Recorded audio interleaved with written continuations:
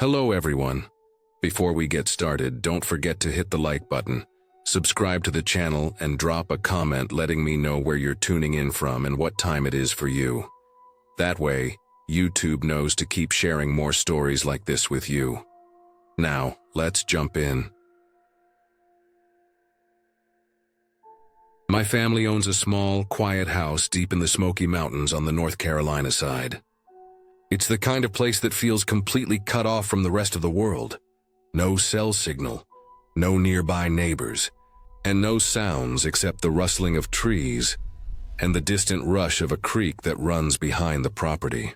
The air always smells like pine and wet dirt, and at night it's so dark that when you step outside, you can't even see your hand in front of your face unless the moon's out. When I was about 15, my best friend and I decided to spend a few days there for a little summer getaway. My grandpa had passed away not long before that, and it was the first time we'd gone back since the funeral. He was the one who took care of the place. He loved it there, used to call it his quiet piece of heaven.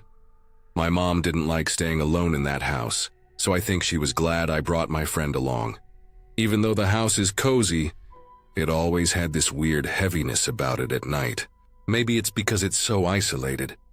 The property sits on a small clearing surrounded by thick woods that go on for miles, with only a narrow dirt road connecting it to the main highway. Once you turn off that road, it's a long winding drive past nothing but trees until you reach the gravel driveway. The closest house is about a mile up the mountain, my great aunt's, but she's elderly and doesn't get around much anymore. The first day there was peaceful. We unpacked, walked down the trail behind the house, and spent most of the afternoon sitting on the deck eating snacks and laughing about stupid things. The air was warm, full of cicada noise, and I remember feeling completely relaxed. That night, my mom went to bed early in the guest room, and my friend and I stayed up in the living room watching movies until around midnight. Grandpa's old room was on the far end of the house, past the kitchen. It had the biggest bed, and we figured since it wasn't being used anymore, we'd sleep there. It still smelled faintly like his cologne, and his things were mostly untouched. His jacket hung on the back of the chair, a few books stacked by the lamp, and a pair of binoculars resting on the dresser facing the window that looked out into the woods. He had this little security setup that he'd installed himself years ago. 4 cameras placed around the house, all connected to a small tablet that sat on the nightstand next to the bed. He was paranoid about wildlife getting too close, especially bears or coyotes. The cameras showed live feeds from the corners of the property. One pointed at the front deck, one at the driveway, one at the back porch, and one aimed into the trees just beyond our window. That night, after getting ready for bed, my friend and I stayed up talking. It must have been around 1 in the morning when we started telling scary stories, whispering and laughing, trying to outdo each other. The room was dark except for the soft glow from the tablet screen beside me. Every so often I'd glance at it just out of curiosity, watching the grainy black and white feeds. The woods outside looked calm, nothing but still trees and faint shapes shifting with the breeze. At one point, while my friend was in the middle of her story, I noticed something faint on the camera pointed outside our window. It looked like a small, light-colored shape near the tree line, almost like a blur. I nudged her, and we both stared at it, squinting, waiting to see if it moved again. It stayed still for a few seconds. Then a small flicker, probably a bug or moth, flew across the screen, and whatever we thought we saw seemed to disappear. We convinced ourselves it was just an animal or some glitch in the night vision. 15 minutes later, my friend suddenly remembered she had left a Heath bar on the front deck.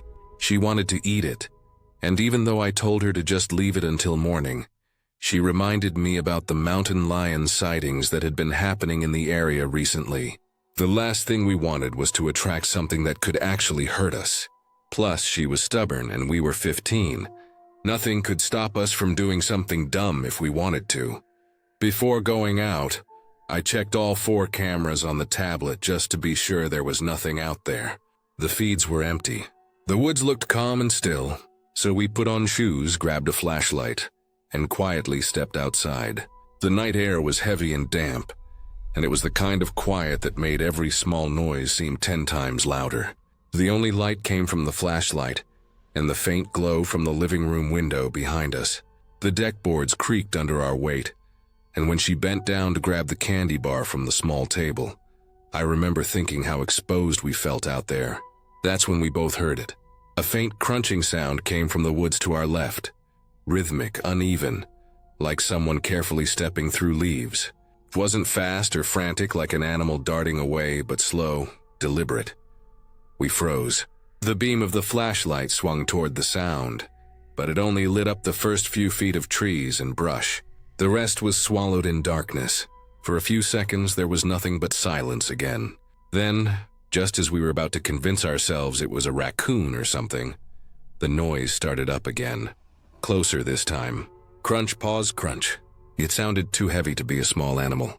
We both looked at each other without saying a word, hearts pounding, and bolted back inside, slamming the door and locking it behind us. We stood in the hallway for a minute, trying to calm down. I remember my hands shaking while I held the flashlight.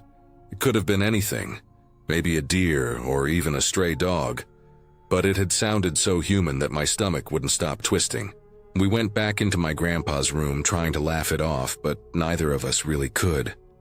My friend joked that we should check the cameras to see if it was a bear, and even though we were both trying to play it cool, I think we were genuinely hoping to see an animal just so we could make sense of the sound. When I picked up the tablet again and switched to the feed aimed at the tree line, I froze. There was something there. It was faint but clearly shaped like a person, tall, standing just beyond the first row of trees near our window. The figure wasn't moving, just standing still, facing the direction of the house. The night vision made everything look flat and gray, so I couldn't make out details, but I knew it wasn't an animal. It was upright still, and clearly shaped like a person. My chest went tight. We both leaned closer to the screen, waiting for it to move, but it didn't. It just stood there, barely distinguishable from the trees, except for the straightness of its body and the faint shine on one side, like moonlight catching fabric. I couldn't stop staring. The longer I looked, the more my mind tried to explain it away. It could have been a branch or some weird angle, or maybe even a reflection. I wanted it to be something simple. Finally, I stood up and went to the window, slowly pulling the curtain aside just enough to peek out. All I saw were trees, quiet, motionless trees. The woods were still, no movement, no sound. When I turned back to the tablet, the figure was gone. We both felt this deep, uneasy heaviness then. It wasn't just fear. It was that sick, crawling awareness that something wasn't right. We sat there for a while, debating whether to wake up my mom, but part of me didn't want to. What would I even say? That we saw something on an old camera that probably glitched out? We tried to see if we could rewind the video feed, but no matter what we tapped or scrolled through, it didn't have any playback option. The interface was basic, just 4 live feeds and settings. Eventually we gave up, told ourselves it must have been an animal, and tried to sleep. My friend didn't eat her candy bar after all. That night I barely slept. Every noise outside made me flinch. The woods creaked, branches shifted in the wind, and at one point I swore I heard something faint against the wall like a soft scrape, but I told myself it was just my imagination. When morning came, the light felt different, comforting, almost unreal after that long, tense night. My mom made breakfast and we finally told her everything. The noise, the footsteps, the thing we saw on the camera. I remember expecting her to laugh, but she didn't. She looked uneasy, like the story bothered her more than she wanted to admit. When I asked her if we could rewind the cameras to show her, she frowned and said something that made the hair on my neck stand up. She told us the cameras hadn't been recording since my grandpa passed. He used to monitor them himself, but after he died, nobody had set them up again. She said they still powered on, but they weren't connected to any kind of recorder or cloud system. They were basically just there for live view if someone wanted to check around the house. We didn't believe her at first. I picked up the tablet, opened the settings, and checked. She was right. Every single camera showed no recording device connected. There wasn't even a storage card inserted. Whatever we had seen last night wasn't saved anywhere. I remember staring at the screen for a long time after that, feeling cold. It made no sense. If the cameras weren't recording, then the feed we'd seen was real time. But it meant that figure had actually been there, standing outside the window in the middle of the night, watching the house. The idea of it made my stomach twist. Whoever or whatever it was, we'd gone outside while they were nearby.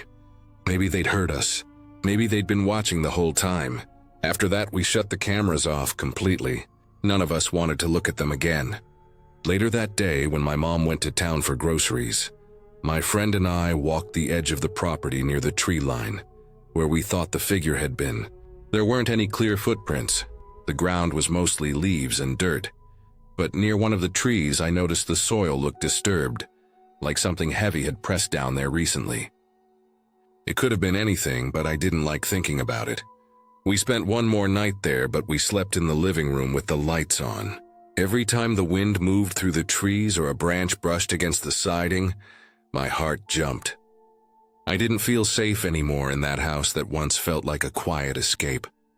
The next morning, we packed up and left earlier than planned. As we drove down the mountain road, I looked back once through the car window at the house, small and surrounded by green. Looked perfectly normal from a distance, calm, peaceful. But all I could think about was that shadowy figure standing in the trees, motionless, watching. Even now, years later, I still think about that night sometimes. About the sound of footsteps in the leaves. About how still that figure was. About how we never figured out who or what it was. What unsettles me the most, though, isn't that we saw something. It's that it was standing right outside the window, close enough to touch the glass if it wanted to. Close enough to see us through the curtains. And we'd never even known it was there until we looked at that screen.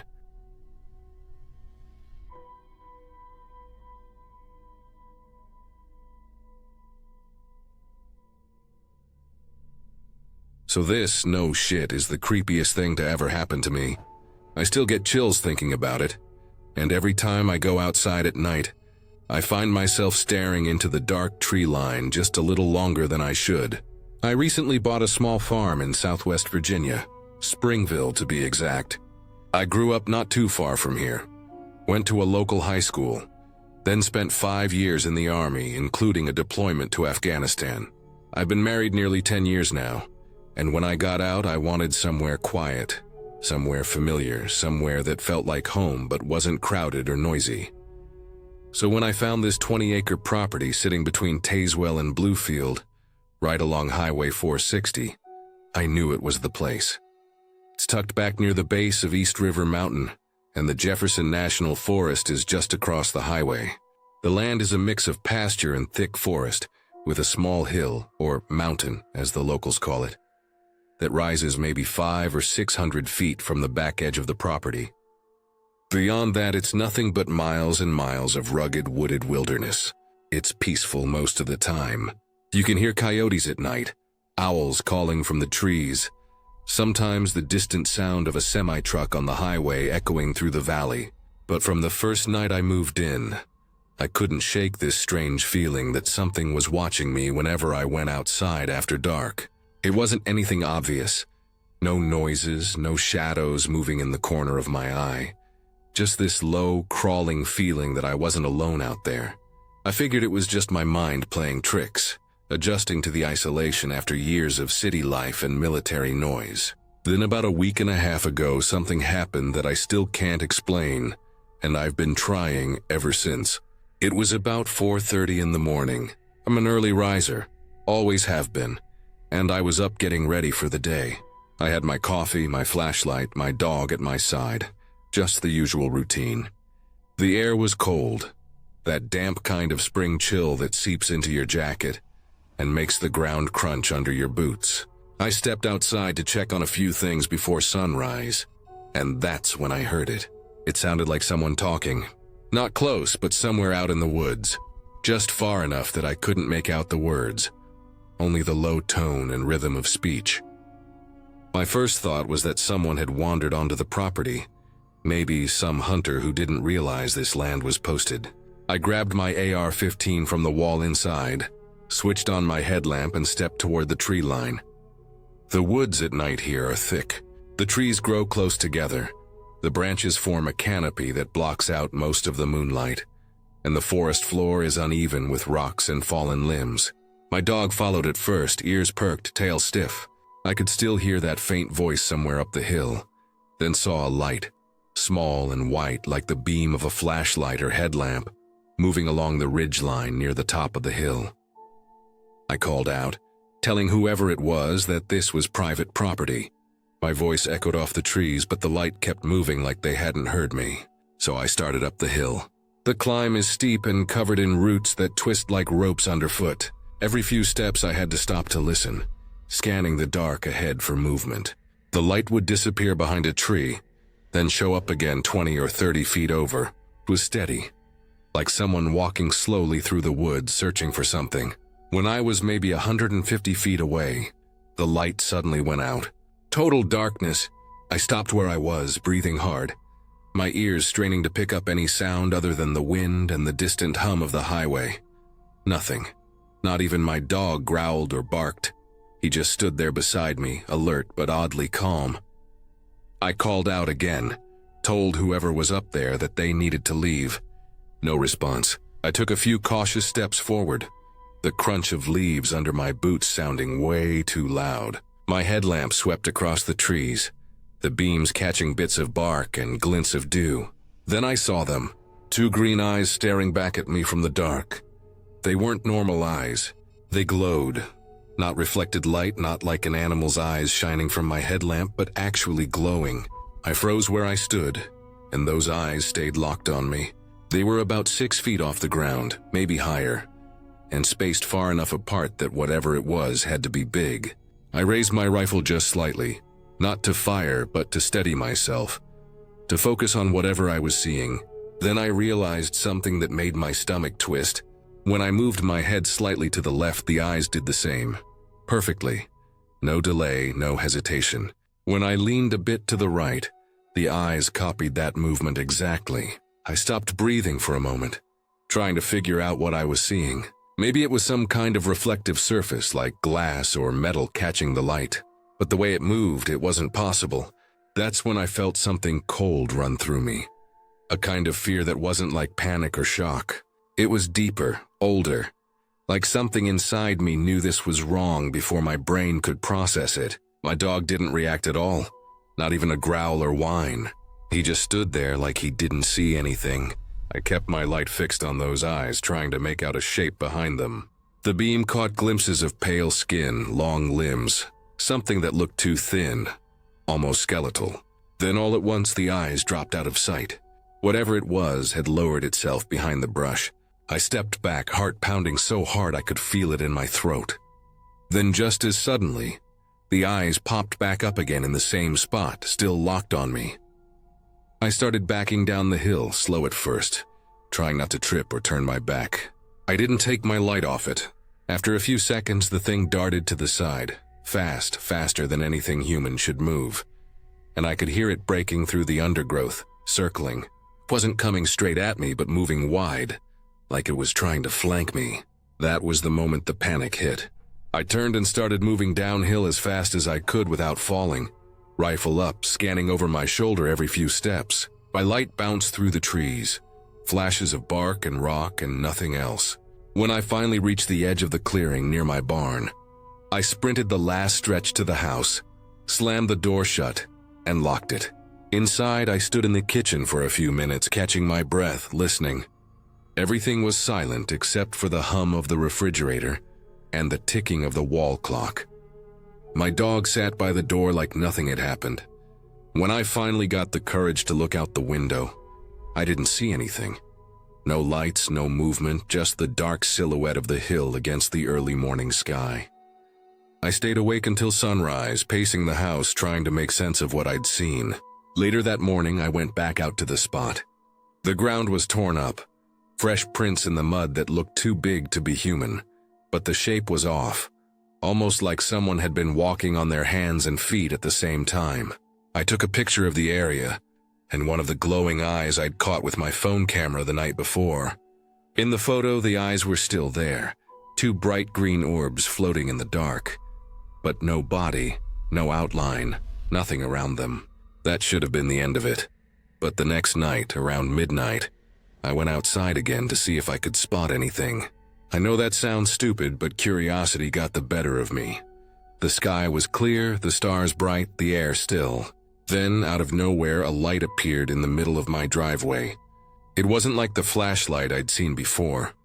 This was a smooth, steady glow, round and white, hanging just above the gravel. Didn't make a sound, didn't flicker. Took a photo of it too. But when I looked at it later, it looked nothing like what I saw in person. The picture showed a faint orb of light, nothing more. The next day I checked for tire tracks or footprints, but there were none. Since then, nothing else strange has happened. No voices, no lights, no eyes in the woods. The nights are quiet again, but that feeling hasn't gone away. The one that tells me something's still out there, somewhere in those trees, watching. I don't know what it was. Maybe it was a sick bear, though I've never seen one move like that. Maybe some deranged person living in the woods. Or maybe just my mind connecting too many dots after years of stress and isolation. But I know what I saw, and I know how it felt. Now, when I go outside at night, I keep my rifle close. Not because I expect to see it again, but because I need the reassurance. The woods that used to feel peaceful now feel alive in a way that makes my skin crawl. Every twig snap, every gust of wind through the branches feels like it's carrying a message I can't understand. Sometimes when I stand on the porch before sunrise, I look toward that hill. There's a spot near the top where the trees thin out, just enough for the moonlight to hit the rocks. If I stare too long, I swear I can see two faint green dots like eyes glowing in the distance. They never move, never blink, and maybe it's just the reflection of something harmless. But every time I see them, I get that same heavy feeling in my chest. The same one I felt that night. The one that told me to leave, to back down the hill, to not look away. And I listen. I always listen now, because whatever was up there that night wasn't supposed to be.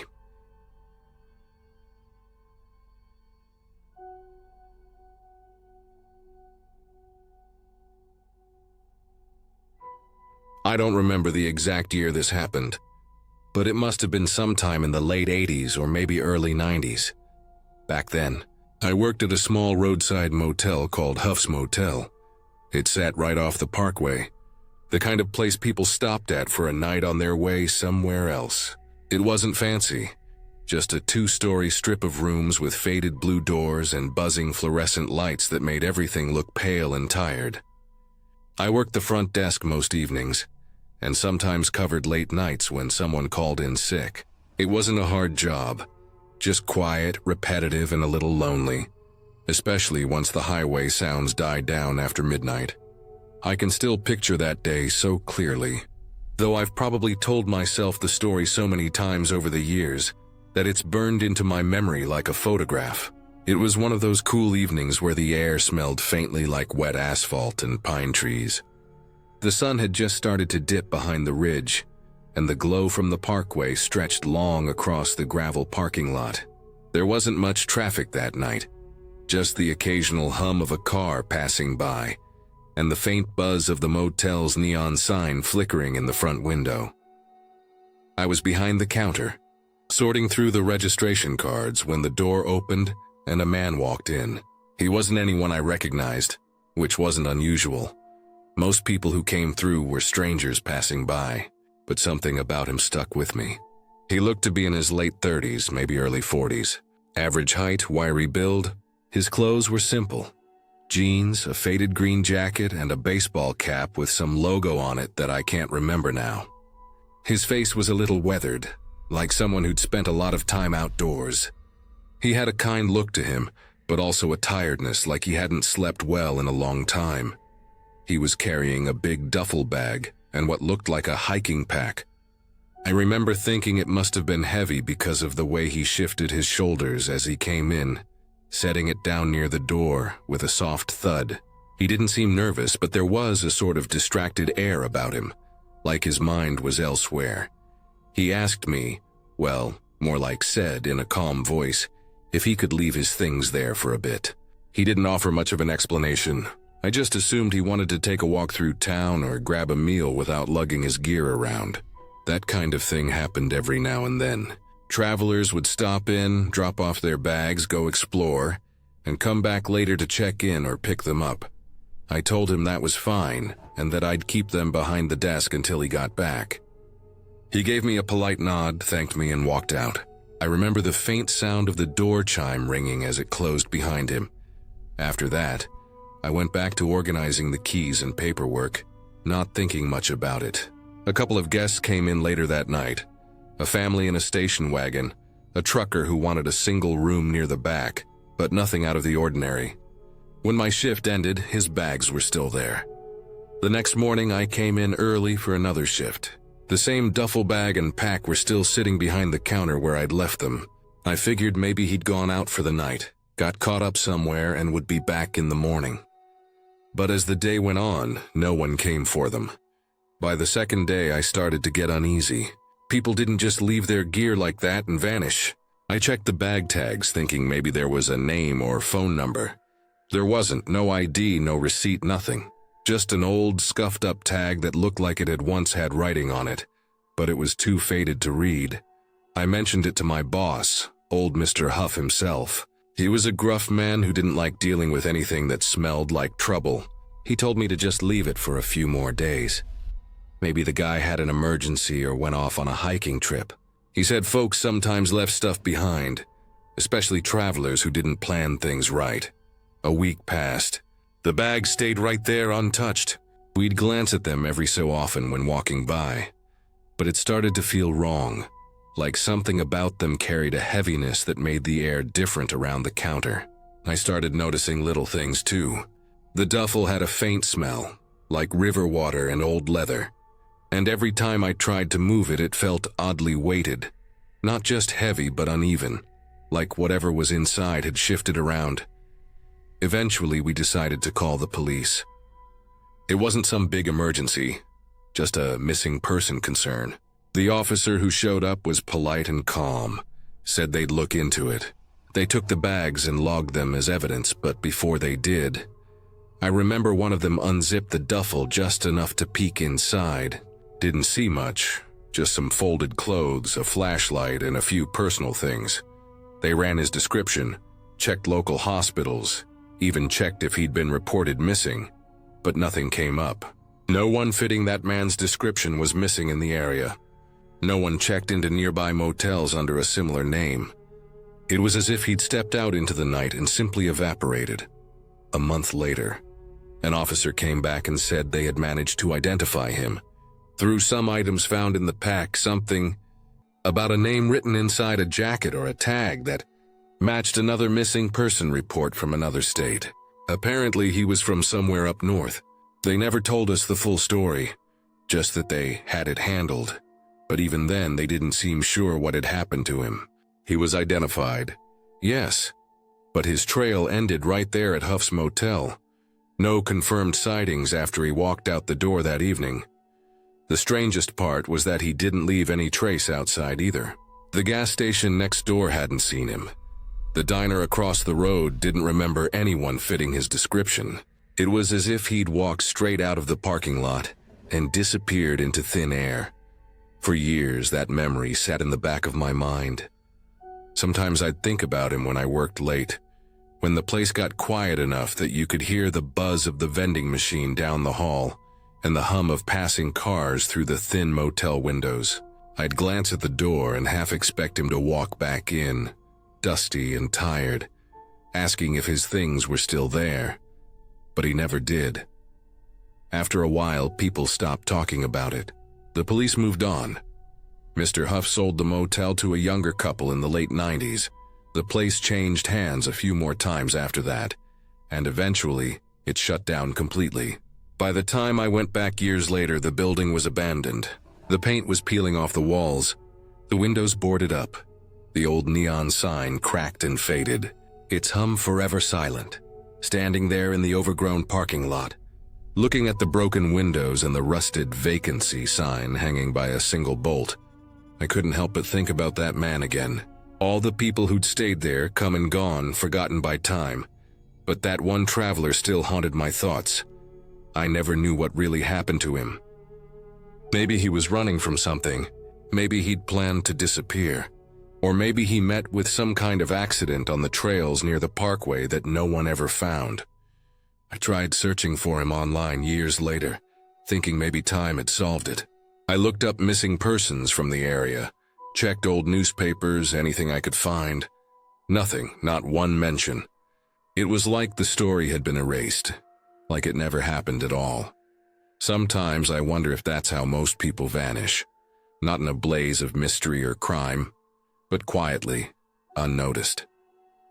Just a man on the road who left his things somewhere and never came back. When I think about it now, the part that unsettles me most isn't the disappearance itself. It's how normal it felt at the time. How easy it was to hand over his bags, to smile and wave, and then forget about him for a few hours. How something so ordinary could end up being the last trace of a person's entire existence. Years pass, and the faces of the guests I checked in have all blurred together. But his hasn't. I can still see him standing there under the dull yellow light of the front desk lamp. The faint smell of rain on his jacket, the quiet nod he gave before he walked back out into the fading evening. That's the last time anyone ever saw him. And maybe that's the strangest truth of all. That some disappearances don't leave stories behind, just moments frozen in memory. A man, a bag, a door closing, and then nothing.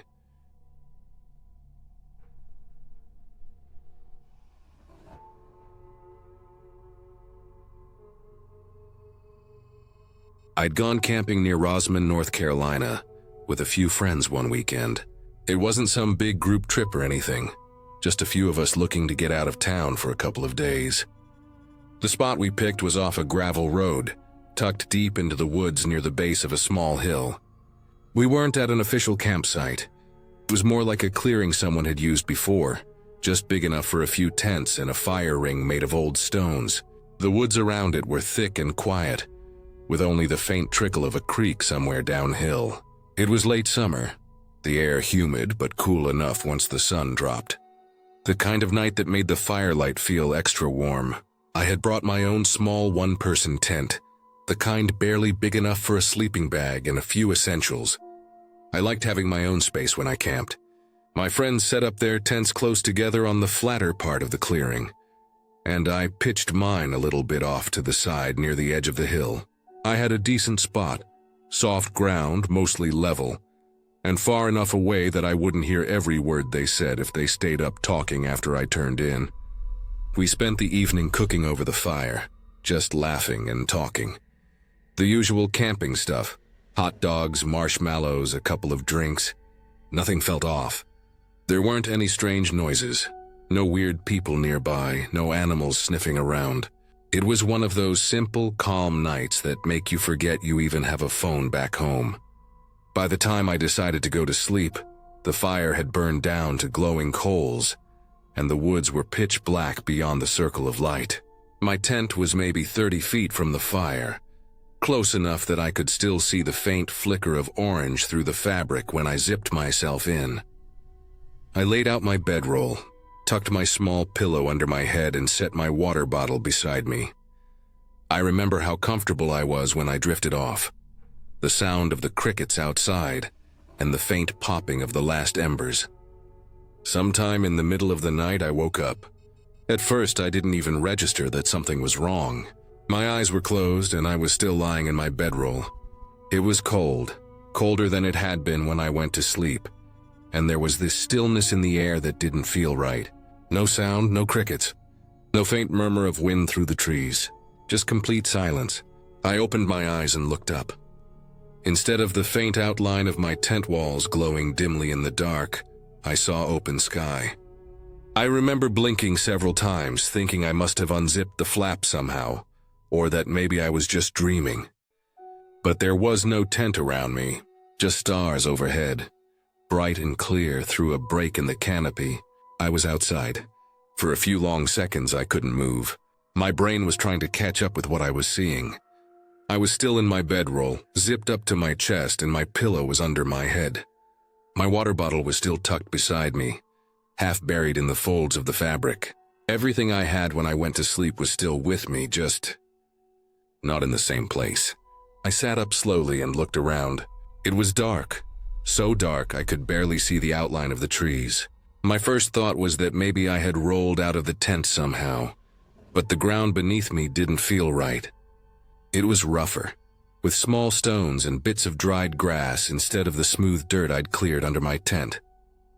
I reached out in the dark, trying to find the shape of my tent nearby, but my hand met only empty space. No nylon, no stakes, nothing. My stomach started to twist a little then. I sat there for a minute listening, but the woods were completely still. No voices, no rustling, just a deep, heavy quiet. I turned my head and called out softly for my friends. Just their names, not loud, but enough that they'd hear me if they were close. Nothing, no answer. The sound of my own voice seemed to vanish into the dark without echoing. Thought about standing up and trying to find my way back, but I didn't know which direction the camp was. The hill we'd set up on wasn't steep, but it was enough that if I'd rolled far enough downhill, I could have ended up a good distance away without realizing it. The last thing I wanted to do was wander around the woods in the dark and end up even farther. So I stayed where I was, sitting in my bedroll, trying to keep calm. I told myself maybe I had somehow rolled out and slid down the hill. Maybe the zipper hadn't been closed all the way, and I'd wriggled my way out in my sleep. It didn't make sense. I wasn't a restless sleeper, but it was the only explanation that didn't sound insane. I laid back down after a while, still zipped in the bedroll, trying to rest even though my heart was racing a little. I kept drifting in and out of light sleep, waking up every few minutes to check that I was still in the same place. The air stayed cool and damp, and the ground beneath me felt uneven. Every now and then I could hear faint sounds, maybe a small animal moving through the brush, maybe just my imagination. When the first bit of light started to filter through the trees, I sat up again. It was early morning, that soft bluish-gray kind of light where everything is still quiet and wet with dew. I looked around properly this time and my stomach dropped a little.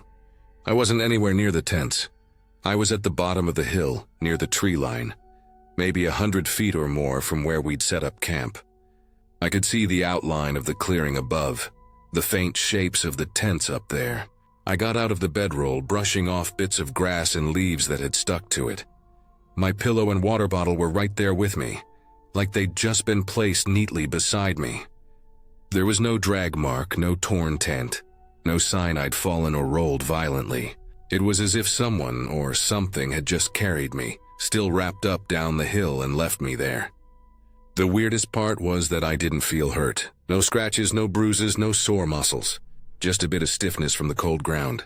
I climbed back up the hill slowly, my heart beating hard the whole way, trying to come up with some explanation that made sense. Sleepwalking was the only thing that came to mind, but I'd never done it before, and the bedroll should have made it impossible to move like that. When I got back to camp, everyone was still asleep. I didn't want to wake them right away, so I started the small stove to heat some water and tried to calm myself. When the others finally woke up, I told them what happened. They looked confused but half asleep, and at first they didn't seem to believe me. We all laughed about it a little, thinking maybe I'd just imagined more than I realized in the dark. But when we started taking inventory, one of my friends, his name was Adam, wasn't there. His tent was zipped closed, but when we opened it, it was empty. His sleeping bag and pillow were gone too. That's when my stomach started to tighten again. We called for him, checked around the clearing, and after a few minutes we found him down the same hill where I had been. He was lying there in his sleeping bag, zipped up just like me, sound asleep. When we woke him, he was disoriented and confused. He didn't remember leaving the tent at all. We all just stood there for a while, staring at each other, none of us really sure what to say. Neither of us had ever sleepwalked before, and the fact that the same thing had happened to both of us in the same night was just too strange to ignore. There were no signs of disturbance in the camp. The tents weren't torn or moved, no animal tracks, no footprints that didn't belong to us. It was like we'd just been lifted up and placed down the hill. The rest of the day felt off. Even though we tried to go about our plans, making breakfast, hiking around a bit, there was this quiet tension between all of us. I kept catching my friends glancing at me, then at Adam, like they were trying to figure out if we were messing with them or if something really weird had happened. But neither of us could explain it. That night, none of us slept deeply. We double-checked every tent zipper, cleared the area around camp, and kept our flashlights close. I laid there for hours, listening to every sound outside, every small rustle or gust of wind. I don't think I actually slept until well after midnight. When I woke up the next morning, I was still inside my tent right where I'd fallen asleep. Everyone else was too. Nothing strange happened again after that. We packed up that afternoon and drove home, still trying to come up with a logical explanation. Sleepwalking seemed like the only possible cause, but it didn't add up. Moving that far while zipped inside a bedroll without tearing it or waking up just didn't seem possible. And even if I could somehow believe that for myself, the fact that the exact same thing happened to Adam, in the same night, in the same way, made it harder to swallow. In the end, we were unharmed. I was just tired, and both of us felt uneasy for days afterward. We joked about it a few times later, trying to downplay it. But every once in a while, when I think back to that night, I still remember that cold stillness, that silence when I woke up under the open sky. The air had felt heavy, like the whole forest was holding its breath. Whatever caused it, sleepwalking, coincidence, or something we just can't explain, I never camped alone after that. I still love the woods, still go hiking and camping now and then, but I always make sure my tent is close to others, always double-check where I am before I close my eyes, because sometimes, even when everything seems calm and ordinary, you wake up and realize you've been moved without a sound, without a clue, and without any reason you can understand. And no matter how much time passes, that feeling, the confusion, the quiet, the strange stillness of waking up somewhere you didn't go, never really leaves you.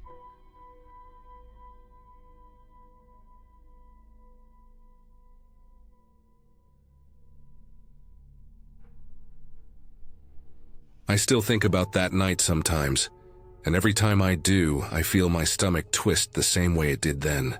It's like my body remembers before my mind even gets there. It's been years since it happened, but the memory still feels fresh, sharp around the edges, like a scar that healed but still aches when the weather changes. It was supposed to be a simple weekend. I was in college at West Virginia University, and some friends I was sort of close with had invited my roommate and me to spend a weekend at their place in Weirton. I didn't really know Weirton well, just that it was small, quiet, and a little rough around the edges like most towns tucked into the folds of West Virginia hills. I said yes mostly because I wanted a change of scenery. I figured it'd be nice to get away from campus, drink a bit, relax, maybe bond with people I didn't hang out with enough. The drive there was long and winding, but it was pretty in that way mountain drives can be. Green rolling hills, endless trees, roads that curved so much you never knew what was around the corner. When we finally got to Weirton, the sun was already starting to dip behind the hills. The air smelled faintly of smoke and wet leaves. Their house sat on a quiet road surrounded by darkness that pressed in once the daylight faded. It was the kind of quiet that makes you notice every sound, every creak, every car far off in the distance. That night, we ended up going to a small bar that one of their friends owned. It wasn't the kind of place you'd find on Google Maps, more like a local secret.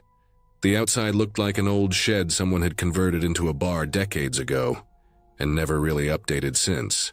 There were a few rusted trucks parked out front, one neon beer sign flickering in the window, and inside it smelled like cigarette smoke, old wood, and fried food. Everyone seemed to know everyone. We walked in and immediately got greeted like family. The jukebox was playing some country song I didn't recognize, and the floor was sticky from years of spilled drinks. It wasn't fancy, but it had that weird charm small-town bars sometimes have, the kind where you feel out of place but somehow welcome at the same time. We started drinking right away. Beer, then shots, then more beer. I wasn't keeping count, and neither was anyone else.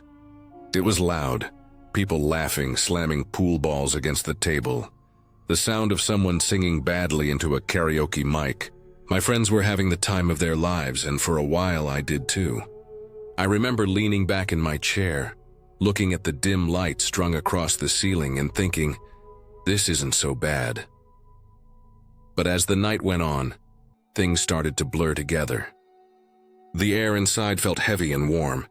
I remember feeling that soft haze of drunkenness, where everything feels funny and easy, until I glanced over at the guy who was supposed to drive us home.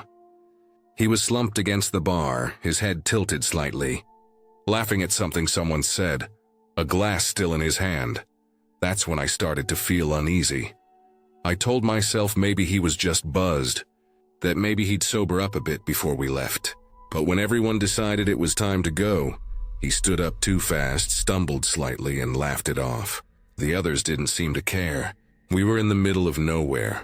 No Uber, no taxis, no one sober enough to question it. I remember walking out of that bar and feeling the cold hit my face. The parking lot was just a patch of gravel and dirt surrounded by trees. The stars were brighter out there than I'd ever seen back home in New Jersey. Millions of them scattered across the sky. The air was cold enough to make my breath visible.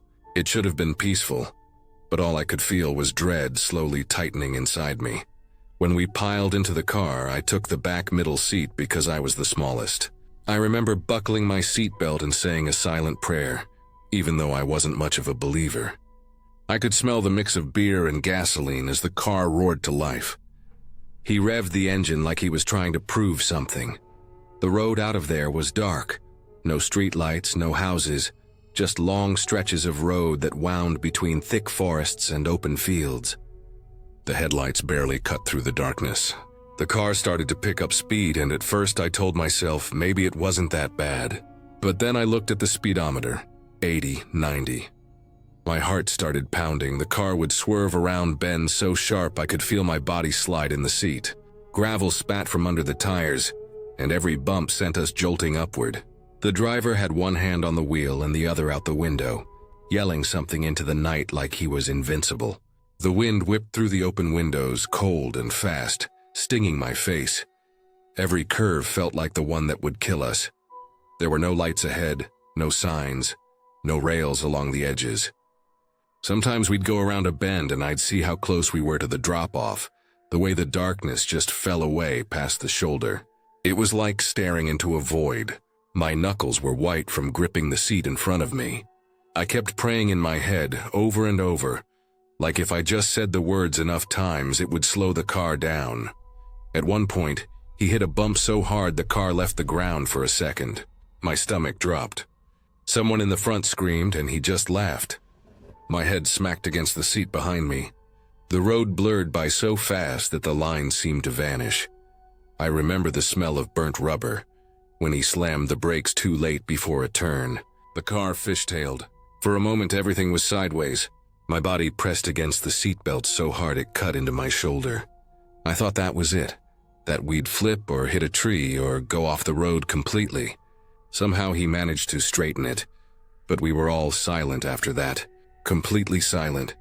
The only sounds were the engine straining, the tires hitting gravel, and the wind howling through the cracks of the windows. I looked out the side and saw the blur of trees passing by. So close it felt like if we veered even a foot off course, they'd tear through us. I could feel my heart in my throat, my breathing shallow and uneven. My mouth was dry, but my hands were sweating. I remember thinking about my parents, about my dorm room, about how stupid it would be to die like this, drunk in a car in the middle of nowhere, surrounded by people I barely knew. There was a long stretch where we went uphill, and the car struggled, the engine growling as it climbed. At the top, the driver floored it again and we went flying down the other side. My body lifted off the seat slightly. My mind was just screaming, please stop, but my mouth wouldn't move. It was like fear had locked me in place. Every second stretched. Every turn felt like it lasted forever. I watched the trees whip by and thought how easily one mistake could make them the last thing I ever saw. The road curved so many times that I started losing track of direction. I couldn't tell if we were heading toward town or further into nowhere. After what felt like an hour but must have been about 25 minutes, the road finally started to straighten out. The car slowed just a little, and I saw a faint glow ahead, streetlights. The kind you only get when you're close to civilization again. That was the first time I let myself breathe. When we finally pulled into the driveway, I didn't move right away. My whole body was trembling. The car stopped, the engine still humming, and everyone else stumbled out laughing like it was some big joke. I just sat there staring at my shaking hands, feeling the weight of what almost happened. When I finally got out, the cold hit me hard. The night was so quiet it made my ears ring.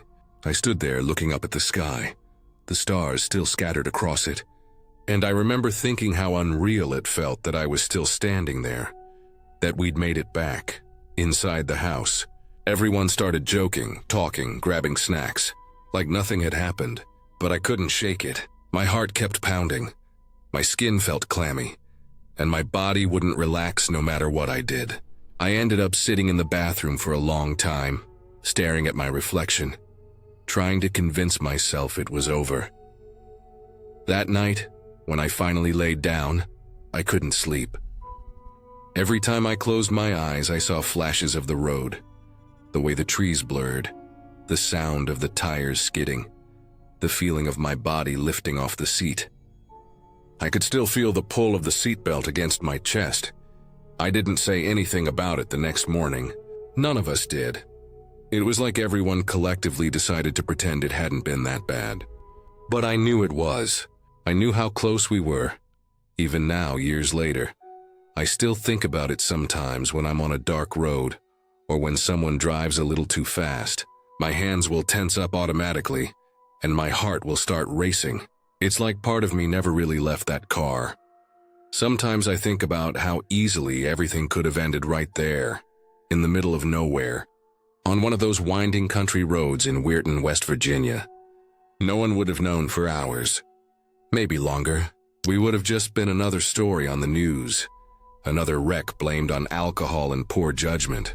I made it home that night, but I think part of me stayed back there, sitting in that back seat, watching the darkness blur by, praying to live through something I had no control over. And maybe that's why it still haunts me, not because I almost died, but because for the first time in my life, I truly understood how thin the line is between being alive and not. One wrong turn, 1 second too late on the brakes, and I wouldn't be here to tell it. I walked away, but the fear never did.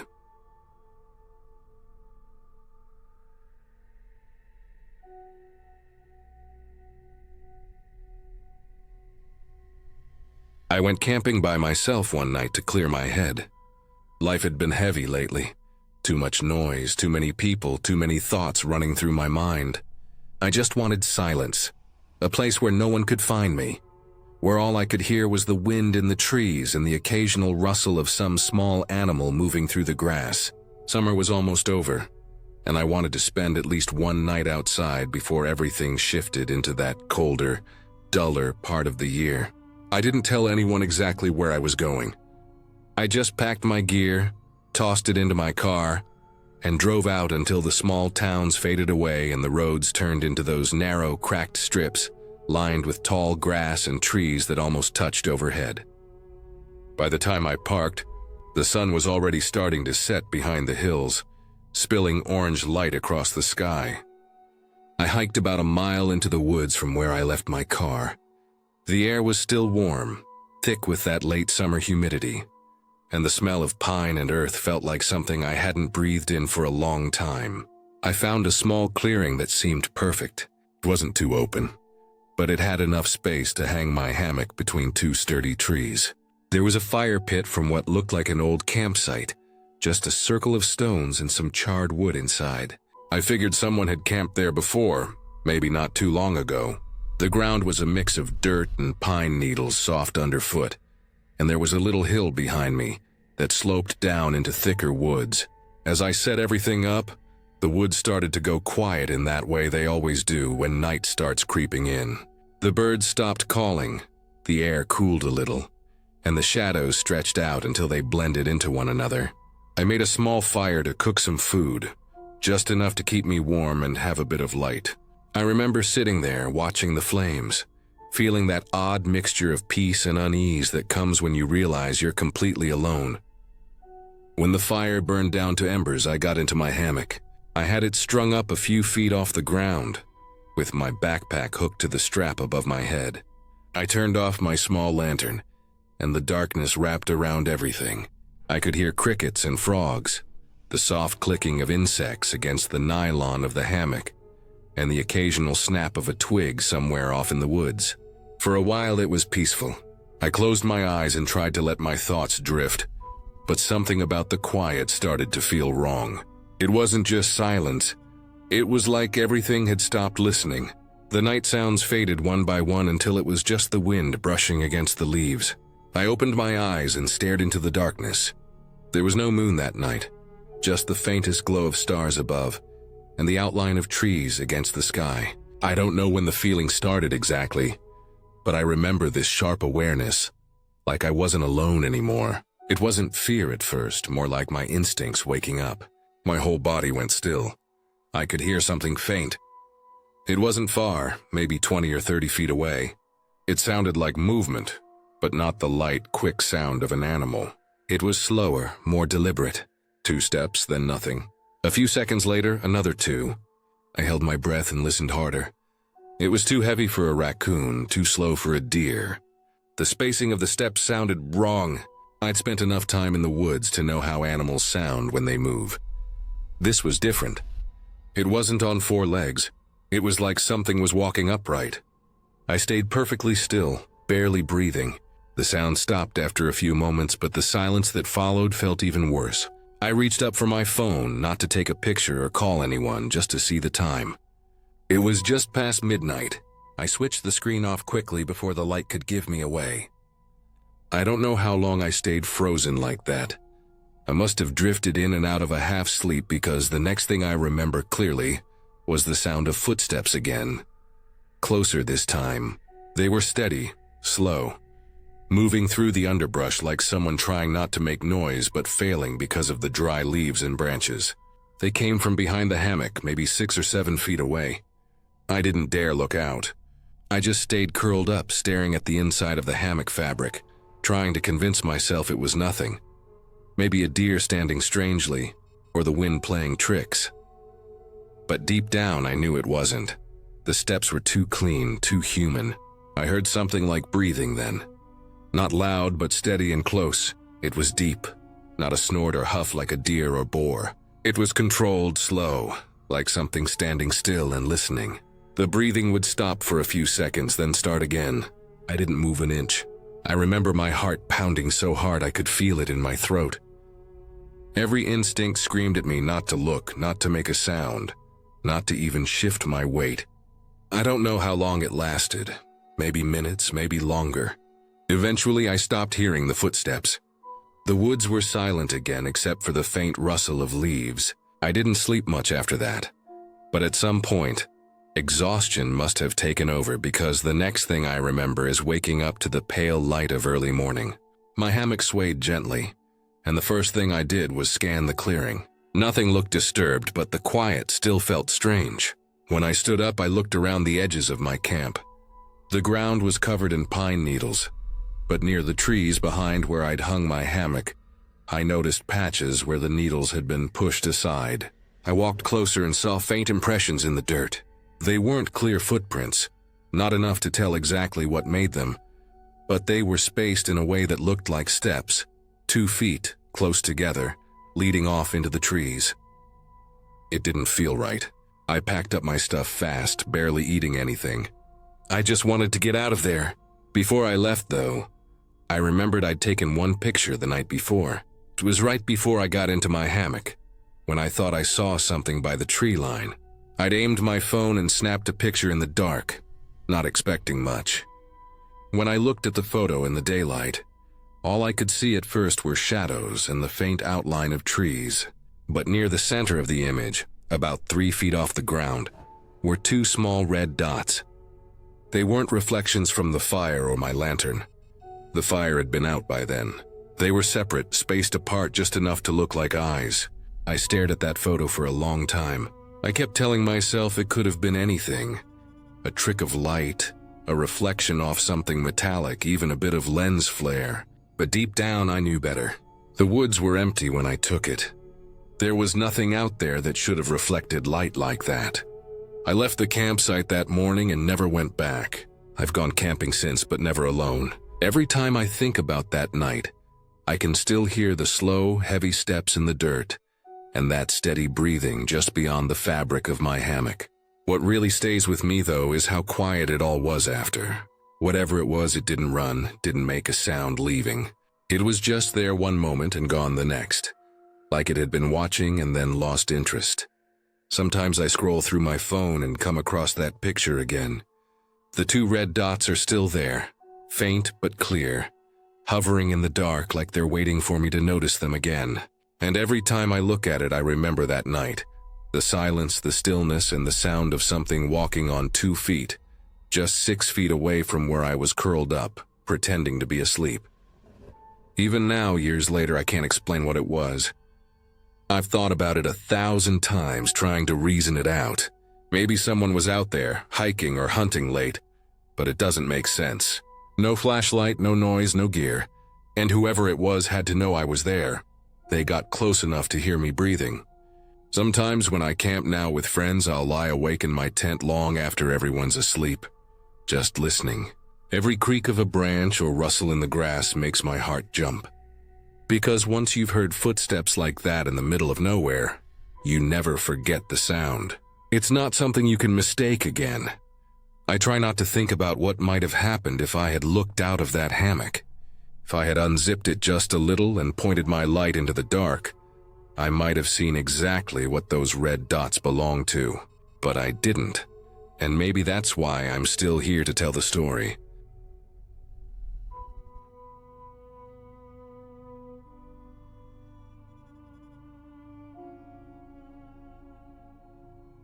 I had always been drawn to the Appalachian Mountains, not just for their beauty, but for their quiet, steady presence. There's something about being out there alone, deep in the woods, where the air feels ancient, and the light filters through the trees in ways that make time feel slower. A few years ago, I decided to take a long solo hike through a section of forest in Tennessee. It wasn't my first solo trip, but it was the one that has stayed with me the most. That morning started peacefully. The air was cool, the kind of cool that sits on your skin but doesn't bite. Mist still clung to the low valleys, and sunlight came through the trees in thin, hazy beams that made the dust and moisture in the air look like floating glitter. The trail was narrow but well-worn, winding through dense woods that alternated between patches of tall hardwoods and thick underbrush. I had my pack secured tight, water bottles clinking softly, and every few steps the faint jingle of the metal carabiners on my bag reminded me that I wasn't being completely silent. I've always been careful about making some noise when hiking alone in bear country. Black bears don't usually want trouble, but they can be unpredictable, especially if startled. So I let my gear jingle a little, occasionally tapped my trekking pole on a rock, and hummed under my breath when the trail got especially quiet. The sound of my boots crunching the dirt and leaves blended with birdsong, and the distant rush of wind moving through the higher branches. It was peaceful, almost hypnotic. Around mid-morning, I stopped to rest on a fallen log. I took off my pack, stretched my shoulders, and drank some water. A light breeze moved through the forest, carrying that deep, earthy smell of wet soil and pine needles. Somewhere nearby, I heard the faint movement of something. Maybe a deer or a rabbit, rustling through the brush. When I looked up, I actually caught a glimpse of a doe. She was slim and quick, standing perfectly still for a few seconds before darting away into the trees. I smiled to myself. That kind of moment was why I liked hiking alone. Felt private, just me and the land. As the hours passed, I started ascending a steeper section of the trail that climbed toward one of the ridgelines. The incline made my legs burn and my lungs ache a little, but I liked that feeling.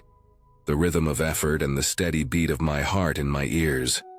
The forest grew quieter as I climbed. Fewer birds, less wind.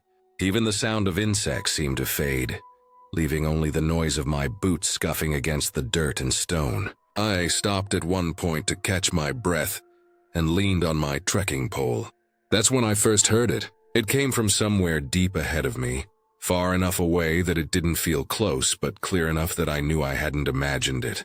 It was a sound like nothing I had ever heard in the woods before. A scream.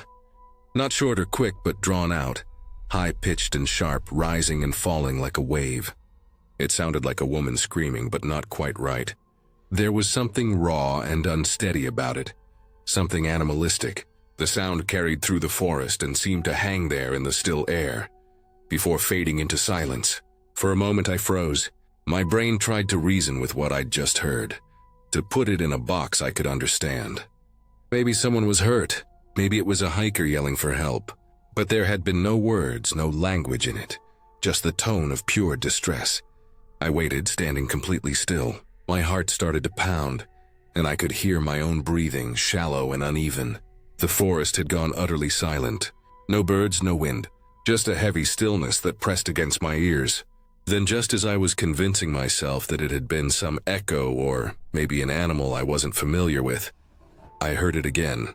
The second scream was almost identical to the first, only this time I could tell it wasn't an echo. It was coming from somewhere a little to my right, down the slope beyond the trees. It had the same strange human quality, but the pattern of it was wrong. The pitch rose and fell in ways no human voice should. It wavered, stretched, and almost broke into a growl before trailing off again into the distance. I felt a tightness in my chest. My throat felt dry. My instincts screamed louder than my thoughts did. Get out. Don't investigate. Don't wait to see what it is. Without even thinking about it, I turned around and started back down the trail. I tried to keep my pace steady, but every sound I made felt too loud. Every step, every crunch of leaves. I kept glancing behind me even though I knew I wouldn't see anything. The trees all looked the same. The trail seemed longer on the way down. After a few minutes of moving quickly but trying not to look like I was running, I spotted an old logging road that branched off from the main trail.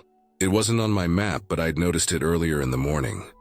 It looked rough, overgrown, but it seemed to head back toward the lower part of the valley where my car was parked. Without hesitating, I took it. The road was uneven and scattered with fallen branches and stones. My boots slipped a few times on patches of moss. I kept expecting to hear that sound again, but all I heard now was my own breathing, heavy and shaky. Every few minutes I'd stop, listen, and then keep going. The silence was somehow worse than the scream had been. It made every rustle of leaves sound like something following me. At one point I came to a small clearing where the sunlight poured in bright and hot, cutting through the trees. I stopped there, bent over, hands on my knees trying to catch my breath. My heart was still pounding so hard I could feel it in my throat. My mouth was dry and the sweat on my back had turned cold. I looked around. Nothing moved. No sound but the wind brushing faintly through the trees. Even when the screaming had stopped, I couldn't shake the feeling that something was nearby. It wasn't the fear of being watched exactly, but more like my body knew I was still too close to whatever it was. I remember thinking how strange it was that even though I couldn't see or hear anything anymore, my body refused to calm down. Every muscle felt tense. When I finally reached the gravel pull-off where my car was parked, I didn't even pause to take off my pack. I got in, locked the doors, and just sat there with my hands gripping the steering wheel. My heart was still racing. It took me a few minutes to even turn the key. Once the engine started, I didn't waste any time. I drove out of there, following the winding back roads until I reached the main highway. Only then did I finally feel like I could breathe normally again. For the rest of that day, I couldn't stop thinking about that sound. It played over and over in my head. The more I thought about it, the less sure I was about what I'd heard. It had sounded like a woman, but not quite human. Like someone trying to mimic a scream but not getting it right.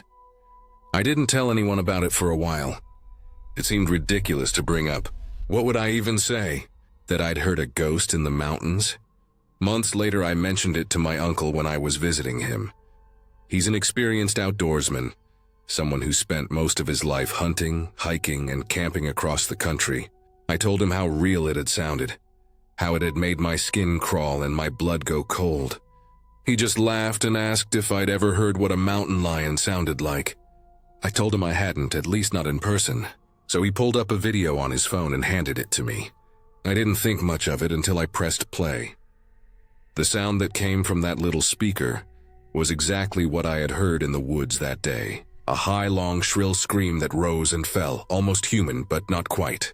The same fluctuations, the same haunting rhythm, except this time I could see the animal making it.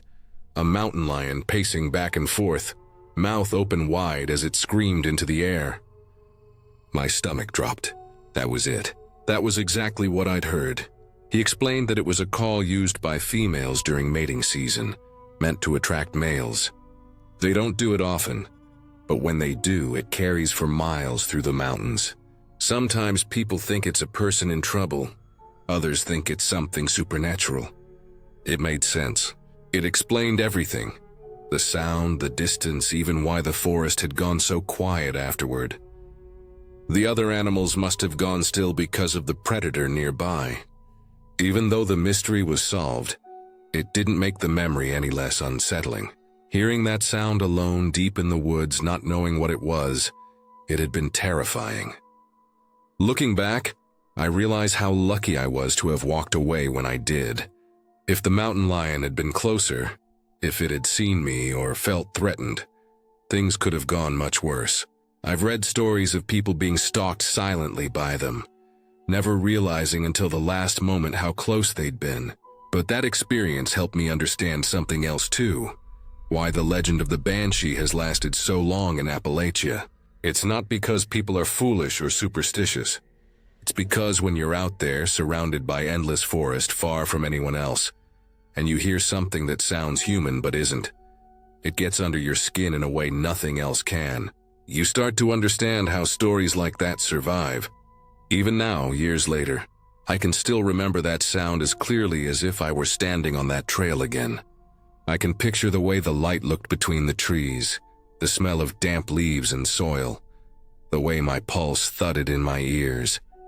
Every time I think about going hiking alone again, I hesitate for just a moment.